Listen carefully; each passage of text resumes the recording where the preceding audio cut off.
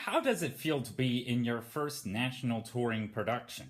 It's really incredible. There are still days that I can't believe it, that I kind of pinch myself and have to step back and look at it all and realize what an honor it is to be traveling the world and with this incredible production and with these cast members. And it has been everything I thought it would be and more. And I have loved every minute. Now, tell us about the company you get to work with, because you obviously did the first few stops of the tour with four of the original cast members: Idina Menzel, LaChance, James Snyder, and Anthony Rapp, who's still with it. It was unbelievable. I mean, I grew up watching James Snyder in one of his movies, She's the Man, which is funny because some of the people in our cast didn't even realize who did that movie. And here I am, like, quoting every line. And I'm sure that might have to do with me being in the younger generation of our cast. But I loved it. And so I loved getting to see James. And he is such a wonderful person and a talented actor and is really, really wonderful to be around. Just to hang out, let alone to be in the show with. And LaChance, she just lights up a room, and it's hard to even explain what it was like with her here because she is so wonderful and supportive and kind on stage and off stage, but also was so involved. And, our swing started playing cards backstage during the shows. And suddenly, LaChance decides to get in on it, and next thing you know, it's in her dressing room everywhere we go. So she just opened up everything to us, and her daughters would come visit, and they're just as wonderful as she is, which was not a surprise at all. She is truly one of the most talented women I had ever seen, and I watched her perform and see her win her Tony and The Color Purple and Once on This Island, and I've been looking up to her since I was a little girl, and to be able to be in the show with her was really, really something so special, and for her to be such a kind person on top of all of that was really the icing on the cake. And then Evita, for the first day of rehearsal for her to walk in, I think we all kind of got goosebumps a little bit, just because talking about growing up, looking up to someone. I think most girls that want to follow the path of musical theater look up to Idina, and especially in her role that she's done in Elphaba, of course, and then now doing Frozen. She's had this incredible career that is only continuing, and she brings herself to the role in a way that I've never seen anyone else do. And I understand that, this show was essentially written, and this character in it was written for her. Mm-hmm. So it really is her to a T, and to get to see her perform it, she is truly so gifted. And is wonderful off stage as she is on. We had a little scene together where I played her intern. I loved getting to do that with her and getting to see her every day. And like I was saying with LaChance bringing her kids, Idina brought her son every now and then, and they came out bowling with everyone one night, and it was really an incredible group to see. Even with people that like James and LaChance and Idina and Anthony that have created such an incredible career that they can still be so grounded and down to earth and willing to be a part of the group and part of the family. So we hated to see them go, but our new group is the same way in every way. And Anthony, we love that Anthony stayed because Anthony has grown to be one of my closest friends, actually. He is truly a team player in every way. He is consistent every night, and his performance is so honest and truthful and beautiful. And he and I have a fun little scene together as well. And he wants to be treated like everybody else. And all he wants to do is talk about baseball. He wants to talk about the Chicago Cubs and just have a good time. And everybody loves Anthony, and it's hard not to, really. And so we're so lucky to have him for the rest of the tour. And now with Jackie and Samira and Matthew Heisig, we've kind of taken in our new people and are forming our new family a little bit, which has been also a wonderful experience. And now let's talk about your director, Michael Greif. He's pretty busy right now. He just opened Steer Evan Hansen at Second Stage in New York. He's getting ready to do War Paint in Chicago with Patti LuPone and Christina Brisson. He's going to be launching a new non-union tour of Rent. Now, what is he like to work with?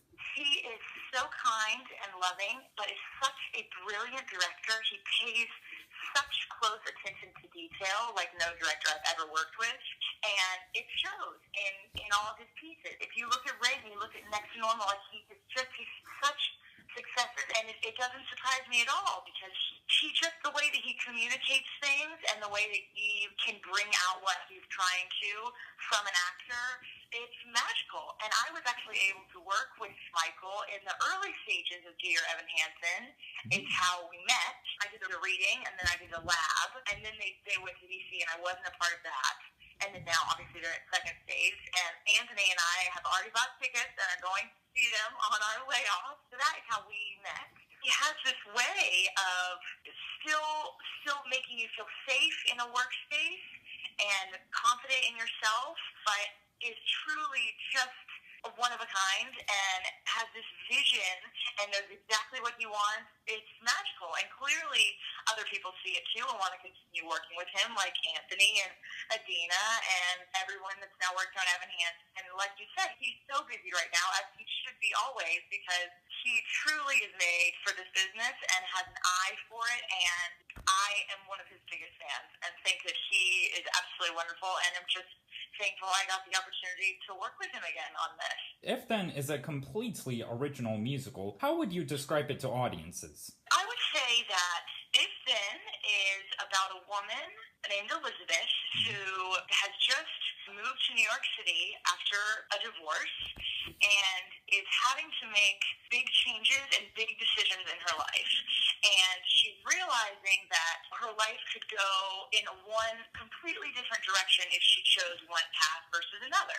The show goes on to show you both paths that she takes if she would have chose one decision versus another. It shows you both life paths that she takes and how they cross and how they weave, and it shows you how her life would have changed accordingly if she would have chosen A versus B. And then in the end, it kind of shows you what would have happened no matter what. No matter what choice she would have made, this is what would have happened. I think that it's an incredible story because I think it's so relatable to everyone, because it makes you think about, everybody wonders what if. What if I never would have taken this tour? Where would I be? Just what if I would have taken the job? What if I wouldn't have? What if I would have dated this person? I think it's something that we all wonder, and it kind of makes you think of it in a way that if you could determine your fate, would you choose the life that you've had? And so I think that it's really, really an incredible story to perform every night, and I love that, it takes place in New York, and that even though we are traveling the country, most of us are now based in New York, and the show is kind of a love letter to New York City, as one of our castmates put, which I love, and it's true. So we get to perform every night in this city that we love, and doing this story that I think we all feel so close at home with, and I think it's a beautiful piece that all audiences will love. One theory I have is that I think if you hadn't taken the tour, you probably would have gotten to be in Dear Evan Hansen. I'm not sure. I think Dear Evan Hansen, you may be right, and I, of course, thought about that, absolutely. And I think Dear Evan Hansen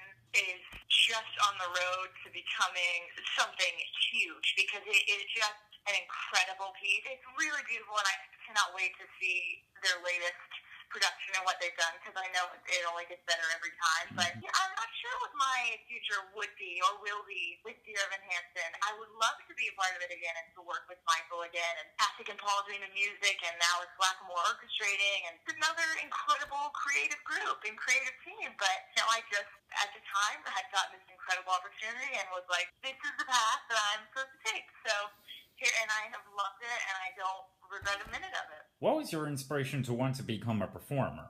I grew up in Raleigh, North Carolina, and North Carolina Theater is a very big regional theater downtown Raleigh. It's an equity theater, and they produce their shows locally, bringing in actors from New York and directors from New York, but also adding in local actors as well. So my parents would take me to see some of the shows, and that is what just kind of sparked my interest in it. And I knew I loved to dance, and I would sing around the house all the time. And I would see these shows, and my parents started to find out more information about the North Carolina Theater Conservatory, which is kind of the training ground that goes along with the theater. You can start classes at age, I want to say 3, 4, like you can start very young at the conservatory. At this point, I was a little older. I was about 7 or 8. My parents got more information about that, and I jumped over the idea, not even really knowing what I was getting into, but I just knew that I wanted to perform. And I remember my brother and I would do performances around the house for my parents, and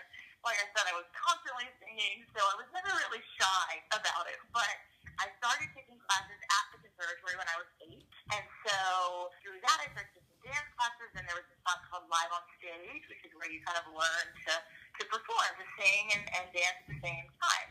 I started taking voice lessons and acting classes, and it kind of grew from there. So I started auditioning for the main stage shows, as they called them, and I did my first show, which was The Music Man. I was Amaryllis when I was 8, and then I went on to just kind of grow up through that theater, and I could not be more fortunate to have grown up there because I made all of these incredible connections there with them bringing in so many people from New York.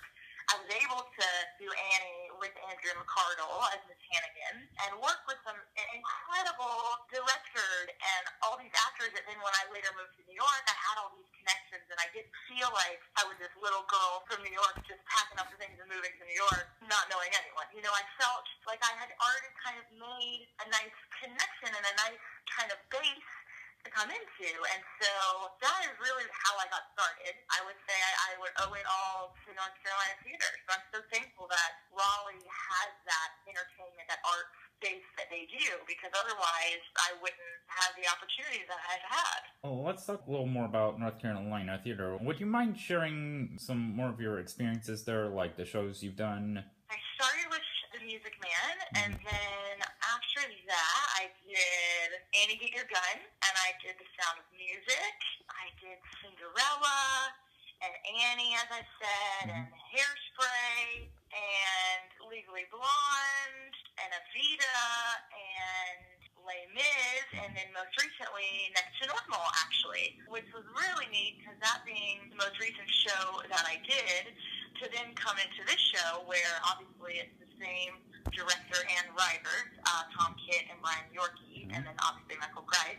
It's been really neat to see there are a couple moments in the show, and it's then where the music sounds a little similar to Next to Normal. It's so neat to see because they're both incredible shows that I love that I was able to get a part of because I feel like I understand and can experience their work a little bit more because it's so rich and lush and beautiful, and I loved my entire experience being to work on Next to Normal. But so that is the most recent one I've done there since I left for New York and then left for this. So I would love to get to go home, I think, a little later and do a show there. You know, just it's neat to be back in your old hometown and with the same people that I love and grew up with at the theater. So we'll see. I don't know. I don't really know what my next move is once I get back to New York, but every experience I had at North Carolina Theater was really remarkable, and I got my equity card there with Next to Normal. So it's really just been a huge milestone in my life and something I would never take for granted. I should point out, I actually saw you in Next to Normal last year, and you really impressed me in that. Oh, how funny. Thank you so much. What a small world. What brought you down to North Carolina? Well, I actually moved here almost 3 years ago now, and I pretty much got my job with Broadway World almost 2 years ago, and so I've been going to see shows at North Carolina Theater. Oh, wonderful. That is so great. I'm so glad you were able to see it. That's great. Are there any dream roles you'd love to pursue in the future? To be completely honest with you, I am so enamored with just the little taste that I got of Dear Evan Hansen that I don't really know what is in store for its future, but I would love to be a part of that again. And other than that, I would love to do a couple of my roles that I've already done again. You know, I said I did Evita, I was the mistress. I would love to do Natalie again. I would do Eponine again. But aside from that, I mean, I would love to be, you know, anything in Wicked, as everyone does. Nessa Rose has always been someone that I have looked up to, not that Elphaba hasn't, and Glinda, of course. But I think Fun Home is beautiful. I think I would cut my hair off and come be Middle Allison any day. But, you know, you just have to have lots of dreams, I think. Try to constantly have something I'm looking up and working towards. I don't know. This certainly certainly wasn't on my radar at all, and it has become this incredible opportunity and something that I wasn't expecting at all. So, you just never know. You kind of have to just roll with the punches, as you know, in this crazy business. You have to just take things as they come. Is there any advice you'd like to give to any aspiring young performers out there? I would just say you keep going. You can absolutely get wherever you want to get if you just have the right mindset and a strong support system and a couple opportunities and doors to be opened, then that's all you need. Because what tour has really taught me is I've loved getting to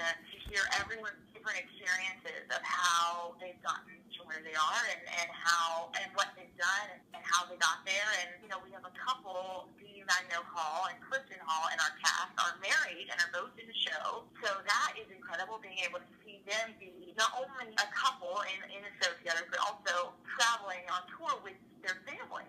And so it's amazing to see that. And they actually met when they were 19 in the Miss Saigon tour. And so I just turned 20, so I started this tour when I was 19. So it's been so neat to see them kind of reliving their experiences through me this time around. But so everyone has a path of getting here, and how some people left the business for a little bit and then came back, or some people didn't start training really until their senior year of high school, or some people started young at a conservatory type thing like I did. I would say it doesn't really matter in terms of when you started or where you started. If you just keep training and keep performing and are not discouraged and can take criticism and can take disappointments but turn those around and just pushing for the next opportunity, then it can absolutely get you there, and there's nothing that can hold you back. English, I thank you very much for devoting your time to this interview, and I'd like to wish you all the best of luck with not only If Then, but also whatever the future holds for you. Well, thank you so much, and thank you for calling. I'm happy I got to speak with you. Yeah, me too. Wonderful. Have a great day.